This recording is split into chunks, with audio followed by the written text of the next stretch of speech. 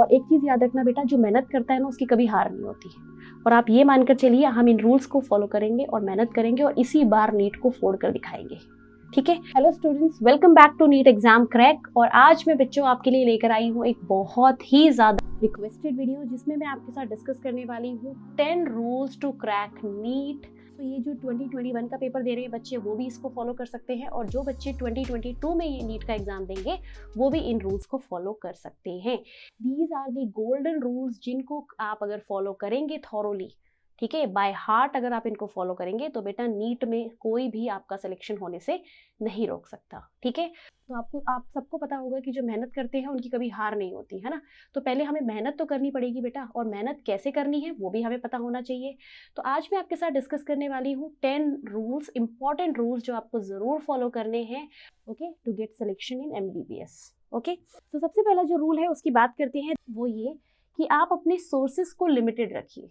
बहुत सारे बच्चों का ये डाउट रहता है कि मैम कहाँ से पढ़े, NCERT पढ़े, ये वाली बुक रेफर करें, कुछ एक्स्ट्रा सोर्सेज बता दीजिए कहाँ से हम लोग पढ़े, है ना। तो मैं आपको बस एक चीज़ बताना चाहती हूँ बेटा, देखो, आप बायोलॉजी के लिए, ठीक है, बायोलॉजी के लिए आपका एकमात्र रिसोर्स है, दैट इज NCERT। NCERT अगर आप बहुत अच्छे से कर लेते हो तो फिर आपको और कोई बुक्स सोचने की ज़रूरत भी नहीं है। अगर आपने कहीं किसी कोचिंग में एडमिशन ले रखा है तो वहाँ पर आपको एक्स्ट्रा चीज़ें ऑलरेडी पढ़ाई जाएंगी। अगर आपने नहीं लिया है एडमिशन किसी कोचिंग में तो कोई ज़रूरत नहीं है। ठीक है। आप खाली NCERT पढ़कर भी नीट को क्रैक कर सकते हो, कोई नहीं रोक सकता, बिकॉज नीट में बायोलॉजी में NCERT के बाहर कुछ भी नहीं आता बेटा, सब कुछ NCERT से आता है। तो अगर आप NCERT की line to line, between the lines अगर आप पढ़ लोगे तो पूरी बायोलॉजी में आप 360 आउट ऑफ 360 गेन कर सकते हो, 360 मार्क्स आराम से। रही बात केमिस्ट्री, तो केमिस्ट्री में भी लगभग चीज़ें जो हैं वो NCERT से ही आती है। ठीक है, लगभग बोला है मैंने, सारा कुछ नहीं बोला है, राइट। और आप कुछ अपने एडिशनल बुक्स वगैरह फॉलो कर सकते हैं क्वेश्चन प्रैक्टिस करने के लिए। सिमिलरली फिजिक्स में भी यही है, NCERT जरूर पढ़िए, बट क्वेश्चन प्रैक्टिस के लिए आप अपनी जो ऑथेंटिकेट बुक्स हैं फिजिक्स की, उनको आप फॉलो कर सकते हैं। वैसे अगर बायो के लिए मैं आपको बताऊं, बायो में आपको कहीं जाने की जरूरत नहीं है, सिर्फ NCERT पढ़िए और बस प्रीवियस ईयर क्वेश्चंस कर लीजिए, उसके अलावा आपको कुछ करने की जरूरत नहीं है। ठीक है।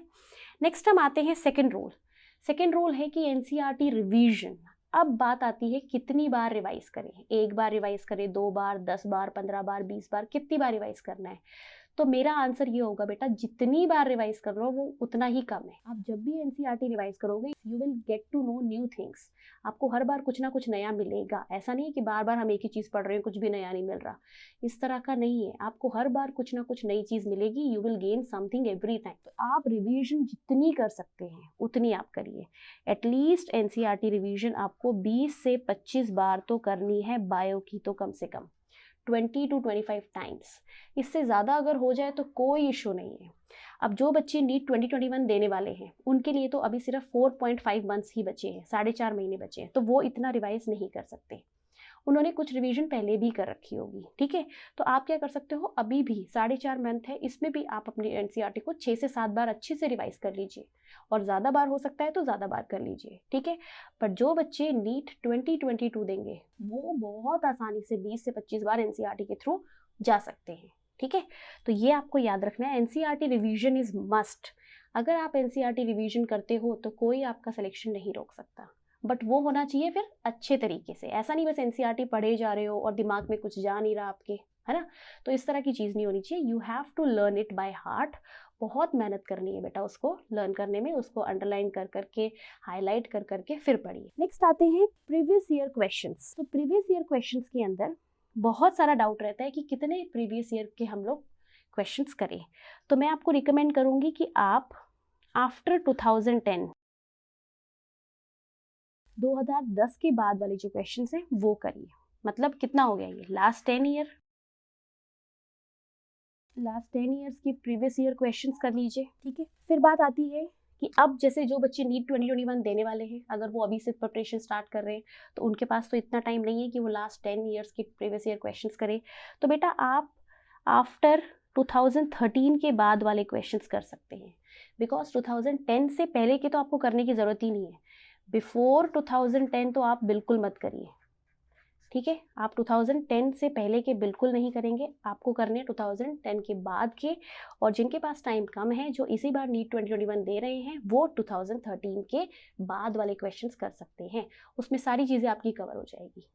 ठीक है, नेक्स्ट आपको याद रखना है कि आप जो क्वेश्चंस कर रहे हो प्रीवियस ईयर, वो आपके दोनों करने हैं आपको, नीट वाले भी जो प्रीवियस ईयर नीट में आए हैं और जो एम्स में आए हैं वो भी, दोनों।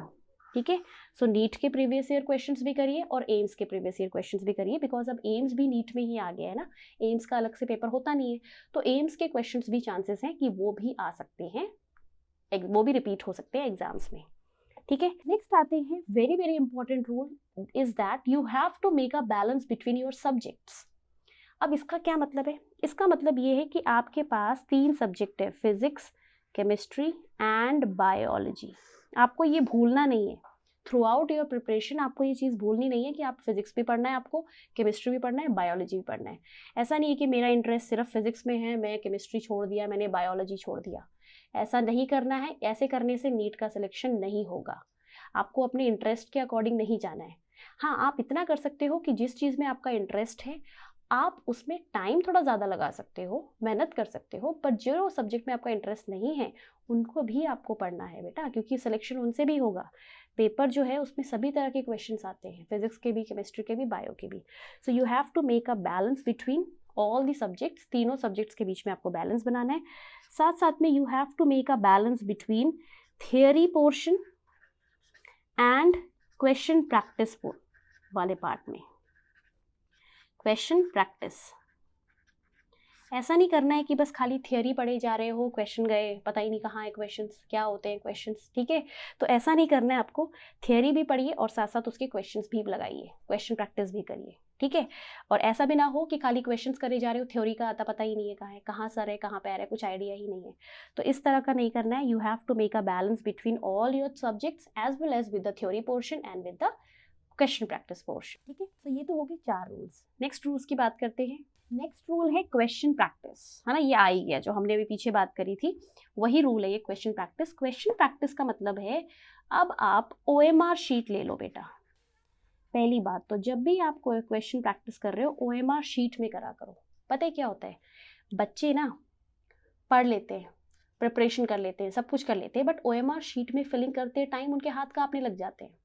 ठीक है, तो जो नीट 2021 दे रहे हैं, जो अभी बच्चे नीट 2021 दे रहे हैं, उनको तो इसका बहुत ध्यान रखना है। अभी से आप जो भी क्वेश्चन प्रैक्टिस कर रहे हो उसके लिए OMR शीट्स में करिए प्रैक्टिस, क्योंकि आप अगर किसी भी कोचिंग में हो या कहीं पर भी हो, आपने इस साल जो भी टेस्ट दिए हैं बेटा वो सारे आपके ऑनलाइन मोड में हुए होंगे, because classes he online modes में चल रही है, तो टेस्ट तो ऑफलाइन मोड में होगा नहीं, है ना। तो आपको OMR शीट फिलिंग की बिल्कुल भी आदत नहीं है, और आपका जो टेस्ट होने वाला है नीट 2021 वो हो रहा है ऑफलाइन मोड में, वो ऑनलाइन में नहीं है। तो आपको OMR शीट भरनी भी आनी चाहिए, और वो भी करेक्ट तरीके से। ठीक है, अब आप बोलोगे उसमें क्या है, उसमें तो बस गोले ही लगाने होते हैं, उसमें क्या भरना होता है। तो मैं आपको बता देती हूँ कि जब हम लोग पेपर दे रहे होते हैं, क्वेश्चन हमारे सामने आते हैं, तो हमारी वैसे ही सिट्टी पिट्टी गुल हो जाती है ना, हमें पता ही नहीं चलता क्या हो रहा है, राइट। तो उस टाइम पे आप पैनिक हो जाओगे, उस टाइम पे आपको 72 क्वेश्चन का आंसर भरना है, आप गलती से 73 भर दोगे तो आपके बाकी सारे लाइन्स में जितने भी क्वेश्चन है सारे गलत हो जाएंगे। ठीक है, तो ऐसा नहीं करना है, इसीलिए है प्रैक्टिस। जब आप सिलेबस पढ़ रहे हो, आप टॉपिक्स रिवाइज कर रहे हो, तो आपको ये करने में क्या जा रहा है, आप वैसे भी तो जब क्वेश्चंस करोगे तो किसी ना किसी शीट पे ही तो लिखोगे ना उनके आंसर्स, तो इट्स बेटर कि आप उसको OMR शीट में फिल कर दो, आपका काम भी हो रहा है और आपकी प्रैक्टिस भी हो रही है। ठीक है, तो ये चीज़ आपको ज़रूर याद रखना है। साथ ही साथ नेक्स्ट है कि क्वेश्चन प्रैक्टिस कैसे करें, डेली करें या वीकली करें। तो देखो मैं आपको बताती हूँ, क्वेश्चन प्रैक्टिस डेली भी करना है, वीकली भी करना है और मंथली भी करना है। अब ये किसको करना है वो ध्यान दीजिए। सो डेली क्वेश्चन प्रैक्टिस का मतलब होता है कि आप जो भी टॉपिक पढ़ रहे हो उस टॉपिक से रिलेटेड क्वेश्चंस आप डेली कर लो। ठीक है, सपोज करो आपने आज पढ़ा है ट्रांसक्रिप्शन, ठीक है, 12th के बच्चा है कोई भी, उसने ट्रांसक्रिप्शन पढ़ा, तो ट्रांसक्रिप्शन से रिलेटेड जितने भी क्वेश्चन है उसको निपटाओ, उनको कर दो आज। ठीक है, ऐसे ही फिजिक्स में, केमिस्ट्री में जो भी आप टॉपिक पढ़ रहे हो उसके क्वेश्चंस उसी टाइम कर लीजिए। ये होता है डेली टेस्ट। नेक्स्ट होता है वीकली। वीकली टेस्ट ही सबको ही देना है। ठीक है, अब डेली टेस्ट किसको देना है, तो ये देखो डेली टेस्ट वो दे सकते हैं जिनके पास अभी टाइम है। ठीक है, जो जिन पे अभी कोई प्रेशर नहीं है। अब जैसे नीट 2021 के एस्पायरेंट्स हैं, उनके पास 4 महीने बचे हैं, वो डेली टेस्ट अभी अफोर्ड नहीं कर सकते अगर उनकी प्रिपरेशन अच्छी नहीं है। अगर आपकी प्रिपरेशन 60-70% है, अच्छी है, तो आप दे सकते हो डेली टेस्ट। बट अगर आपकी प्रिपरेशन अच्छी नहीं है, आपने अभी पढ़ना शुरू किया, अभी रिवाइज करना शुरू किया, तो आप डेली टेस्ट ना दो, आप दो वीकली टेस्ट। ठीक है, मतलब आपने वीक में जो भी कुछ पढ़ा है फिजिक्स में, केमिस्ट्री में, बायो में, उसका एक वीकली टेस्ट करो, 5-6-7 चैप्टर का एक साथ टेस्ट। ठीक है, अब टेस्ट के लिए आप क्या कर सकते हो, कोई भी टेस्ट सीरीज ज्वाइन कर सकते हो, आकाश की, एलन की, किसी की भी जो आपको पसंद हो, वहाँ की आप टेस्ट सीरीज ज्वाइन कर लीजिए और चैप्टर वाइज टेस्ट दे दीजिए। ठीक है, मंथली टेस्ट सबको ही देना है, डेली वालों को भी एंड वीकली वालों को भी। मंथली टेस्ट आपका होना चाहिए, मंथ में आपने कितने चैप्टर्स फिजिक्स में कंप्लीट करे, केमिस्ट्री में कंप्लीट करे, बायो में कंप्लीट करे, उनका एक कंप्लीट टेस्ट आप लोग मंथली बेसिस पे ज़रूर दो। ठीक है, तो ऐसा क्या होगा ना, आप डेली भी प्रैक्टिस कर रहे हो, वीकली भी प्रैक्टिस कर रहे हो, मंथली भी प्रैक्टिस कर रहे हो क्वेश्चंस, तो इस तरह से आपकी कमांड हो जाएगी क्वेश्चंस में। ठीक है, और वो एक अच्छा पार्ट होगा। नेक्स्ट, वीकली टेस्ट मैंने आपको बता ही दिया। ठीक है, क्वेश्चन प्रैक्टिस में क्या था, वीकली टेस्ट आप दे सकते हैं, वीकली टेस्ट देना इज़ वेरी इंपॉर्टेंट। ठीक है, तो ये दोनों रूल आप सेम ही कंसिडर कर सकते हो, क्वेश्चन प्रैक्टिस वीकली, डेली और मंथली टेस्ट। नेक्स्ट आते हैं पेपर एनालिसिस। इसमें मैंने लिखा है गोल्डन रूल। क्या ऐसा है, कितने लोग ऐसा मानते हैं कि पेपर एनालिसिस करना इज़ वेरी वेरी इंपॉर्टेंट? आप में से बहुत सारे बच्चे ऐसे होंगे जो बिल्कुल नहीं मानते इस चीज़ को, और बहुत सारे ऐसे होंगे जो बोलते हैं हाँ मैम ये ज़रूरी है, और ये बहुत ज़रूरी है बेटा। अगर मैंने लिखा है गोल्डन रूल तो मैंने कुछ सोच समझ के ही लिखा होगा ना। ठीक है, आप अगर अभी 200 नंबर पे हो, आपके 200 नंबर आते हैं नीट में सपोज करो, तो आप अपने स्कोर को ना ईजिली लेके जा सकते हो 500 में। कहते हैं ना, आपने सुनी होंगी, बहुत सारी वीडियोस भी होती है ऐसी यूट्यूब पे, अपने स्कोर को 200 से 500 में ले जाइए, होती है ना। तो उस पर क्या है, उसकी एक ही टिप है, आप जो भी टेस्ट दे रहे हो ना उनको एनालाइज करो, दैट्स इट। और कोई रूल नहीं है उसके लिए। एनालाइज आप कहाँ गलती कर रहे हो, ठीक है, कहाँ प्रॉब्लम आ रही है ना। आप बोलोगे पेपर कैसे एनालाइज करें, तो जब भी कोई पेपर आपको मिलता है, आपने टेस्ट दिया, सपोज करो आज आपने एक टेस्ट दिया, तो आप उस टेस्ट को करने के बाद एक बार ये देखो कि ये फर्स्ट क्वेश्चन किस टॉपिक से था, उस टॉपिक के आगे स्टार लगा दो। सेकंड क्वेश्चन किस टॉपिक से था, उसके आगे स्टार लगा दो। थर्ड क्वेश्चन किस टॉपिक से था, उसके आगे स्टार लगा दो। ठीक है, तो ऐसे आपको ना एक आइडिया हो जाएगा कि किन किन टॉपिक से क्वेश्चंस आते हैं एग्जाम में। फिर आप अगले दिन कोई टेस्ट दो, या नेक्स्ट वीक आपने टेस्ट दिया, नेक्स्ट मंथ आपने टेस्ट दिया, सेम आपको चीज़ करनी है। आपने देखा क्वेश्चन नंबर 1 उसी टॉपिक से है जिससे पहले एक बार टेस्ट में आया था, वहाँ पे एक और स्टार बना दो। फिर आपने देखा क्वेश्चन नंबर 4 जो है वो है ट्रांसक्रिप्शन से, ट्रांसक्रिप्शन के आगे स्टार बना दो, ट्रांसलेशन से स्टार बना दो। तो इस तरह से जब आप हर एक पेपर को एनालाइज करेंगे तो आपके हर एक चैप्टर में, टॉपिक्स में आपको ये पता चल जाएगा, अरे इस टॉपिक से 4 क्वेश्चन आ चुके हैं अभी तक मैंने जितने टेस्ट दिए उनमें, इसमें से 15 क्वेश्चन आ चुके हैं, इस टॉपिक से 20 क्वेश्चन आ चुके हैं, इससे एक भी नहीं आया। ठीक है, तो उससे आपको खुद ये पता चलता जाएगा कि बेटा कौन सा टॉपिक इम्पॉर्टेंट है, रिवीजन करते टाइम मुझे किस पे ध्यान देना है, और मैंने मिस्टेक कहाँ करी है।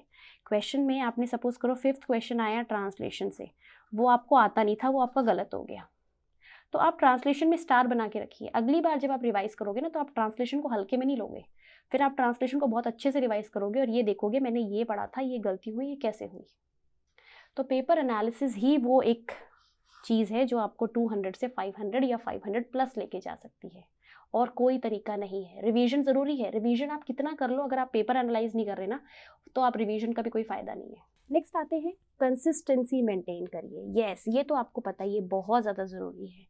कंसिस्टेंसी होनी चाहिए आपके स्टडीज़ में, आपका एक परफेक्ट टाइम टेबल होना चाहिए पढ़ने का, उठने का, खाने का, पीने का, सोने का, सब कुछ करने का। ठीक है, ऐसा नहीं है कि आप एक दिन में तो 15 घंटे पढ़ते हैं और दूसरे दिन आप पढ़ते हो सिर्फ 2 घंटे, ऐसा नहीं होना चाहिए। This is known as inconsistency. आपको एक कंसिस्टेंसी मेंटेन करनी है, you have to be regular in your studies. अगर आप 15 घंटे पढ़ रहे हो तो अगले दिन 2 नहीं तो कम से कम 10 घंटे तो पढ़ो, 12 घंटे तो पढ़ो, इसको बोलते हैं कंसिस्टेंसी। कुछ बच्चे होते हैं एक दिन तो 15 घंटे सीरियस हो जाते हैं, बिल्कुल 15 घंटे पढ़ते हैं, और उसके बाद पूरा 1 मंथ उनको गायब रहते हैं, वो पता ही नहीं है कहाँ रहते हैं। ठीक है, तो ऐसे नहीं होगा बेटा नीट, आपको कंसिस्टेंसी, आपको रेगुलरिटी दिखानी पड़ेगी, right. Next is stay positive. Yes, ये सबसे ज़रूरी है। आपको हमेशा पॉजिटिव रहना है कि मेरा तो सिलेक्शन होगा ही होगा, मैं मेहनत कर रहा हूँ, मेरा सिलेक्शन इस बार होगा। बिल्कुल भी नेगेटिव थॉट्स को अपने दिमाग में मत आने दो, ठीक है। नेगेटिव थॉट्स कुछ नहीं करते, नेगेटिव थॉट्स आपको खोखला बनाते रहते हैं, ठीक है। So always stay positive. आपको हमेशा पॉजिटिव रहना है, पॉजिटिव सोचना है, पॉजिटिव करना है, ठीक है। And last is self motivation. अब मैंने आपको इतना कुछ समझा दिया, मैंने इतना ज्ञान दे दिया आपको, उससे आप मोटिवेट हुए होंगे थोड़े बहुत, ठीक है। बट ये आपको काम नहीं आने वाला लॉन्ग टर्म में। मेरी दी हुई मोटिवेशन आपको काम नहीं आएगी। काम तब होगा आपका, रिजल्ट आपको तब मिलेगा when you get motivated from inside. खुद से, अंदर से आपको मोटिवेशन लानी है। मतलब आपको मेरे कहने से कुछ नहीं करना है, आपको खुद से करना है। आपको ये नहीं करना है कि यूट्यूब पे जाओ और जाके सर्च करो हाउ टू गेट मोटिवेटेड, ये नहीं करना है आपको, ठीक है। एक इधर उधर की वीडियोस देख के मोटिवेट नहीं होते बेटा। मोटिवेट तब होते हैं जब हमारे अंदर से फीलिंग आए कि यस मुझे ये चीज़ करनी है, मुझे एग्जाम क्रैक करना है। That is self motivation. तो सेल्फ मोटिवेशन से ज़्यादा स्ट्रॉन्ग कोई पावर नहीं है। कोई आपको मोटिवेट नहीं कर सकता जितना आप खुद को कर सकते हो, ठीक है। सो ये चीज़ आपको याद रखनी है। सेल्फ मोटिवेशन होनी चाहिए, पॉजिटिविटी होनी चाहिए और कंसिस्टेंसी होनी चाहिए आपके काम में। आपको कोई नहीं रोक सकता नीट क्रैक करने से, ठीक है। तो ये कुछ रूल्स थे। आई होप आपको ये वीडियो अच्छी लगी होगी। ये कुछ रूल्स थे जो आप यूज़ कर सकते हो टू क्रैक नीट। और जो बच्चे अभी नीट 2021 देने वाले हैं वो इनको फॉलो करिए, आपका रिजल्ट बहुत अच्छा आएगा। मैं आपको गारंटी देती हूँ, अगर आप इनको थॉरोली फॉलो करेंगे, बाय हार्ट फॉलो करेंगे, ठीक है। और एक चीज़ याद रखना बेटा, जो मेहनत करता है ना उसकी कभी हार नहीं होती है। और आप ये मानकर चलिए हम इन रूल्स को फॉलो करेंगे और मेहनत करेंगे और इसी बार नीट को फोड़ कर दिखाएंगे, ठीक है। तो अगर आपको वीडियो अच्छी लगी है तो वीडियो को लाइक और शेयर जरूर करिए अपने दोस्तों के साथ, और चैनल को भी सब्सक्राइब कर लीजिए अगर आपको वीडियो अच्छी लगी है तो, ठीक है। दूसरी चीज़, आप इस चैनल पे आपको फ्री नीट रिलेटेड वीडियोस मिलती हैं सारी चैप्टर वाइज। तो अगर आप, ठीक है, तो आप अपने प्रिपरेशन के लिए भी इस चैनल को फॉलो कर सकते हैं। यहाँ पे आपको फ्री नीट रिलेटेड वीडियोस मिलती हैं, बिल्कुल। तो फिर मिलते हैं नेक्स्ट वीडियो में। तब तक पढ़ाई करते रहिए, अपना ख्याल रखिए। All the very best and thank you so much for watching. Stay blessed, stay happy.